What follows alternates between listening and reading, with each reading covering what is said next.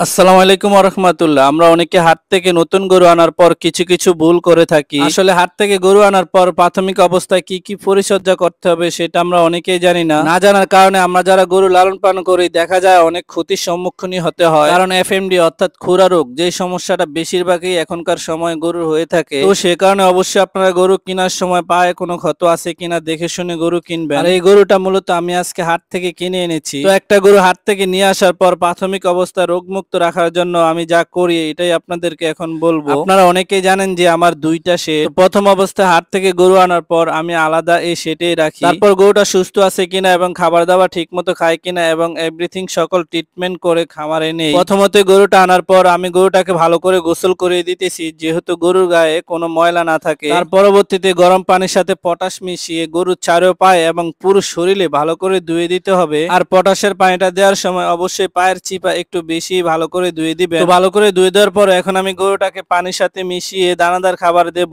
কারণ মূলত হচ্ছে এই গরুগুলো চালানের গরু, তো সে কারণে খাবার কয়দিন খাইছে না খাইছে বলা যায় না। তো সেই জন্য গরুটাকে গোসল করার পরবর্তীতে দানাদার খাবার দিয়ে দিবেন। তো আলহামদুলিল্লাহ আমার গরুটাকে দানাদার খাবার দেওয়ার পরবর্তীতে ধীরে ধীরে খাবারটা খেয়ে ফেলতেছে। খাবারটা খাওয়ার পরবর্তীতে আমি গরুকে কিছু ওষুধ খাওয়াই দেব। প্রথমত দেখতে পাচ্ছেন ফার্স্ট বেড, যা গরুর শরীরে যদি কোনো ব্যথা থাকে বা কোনো জ্বর থাকে তা দ্রুতই সেরে ফেলবে। অনেক ক্ষেত্রে দেখা যায় গরুর শরীরে যদি জ্বর বা ব্যথা থাকে তাহলে অনেক গরু খাবার খাইতে চায় না, সেজন্য সকালে এবং বিকালে দুইটা ট্যাবলেট করে 2 দিন খাওয়াই দিবেন। আর পরবর্তীতে লইলাম জাইমুবেট। গরুর যদি রুচি বা হজম শক্তির সমস্যা থাকে তাহলে আপনারা পাঁচবেট এবং জাইমুবেট দোনোটা প্রাথমিক অবস্থায় খাওয়াই দিবেন। আর আমি মূলত হাট থেকে নতুন গরু আনার পর প্রাথমিক অবস্থায় গরুকে রোগমুক্ত রাখার জন্য আমি এই কাজগুলোই করে থাকি। আর আমি এখন মূলত বোতল দিয়ে ওষুধরা গরুকে খাওয়াই দেবো। আর আপনারা যদি একা এভাবে না পারেন তাহলে সাথে আরেকজন এনে গরুটাকে ধরে খাওয়াই দিবেন। তো সকলে ভালো থাকবেন, সুস্থ থাকবেন। নতুন ভিডিও পেতে পেজটি ফলো দিয়ে সাথেই থাকবেন।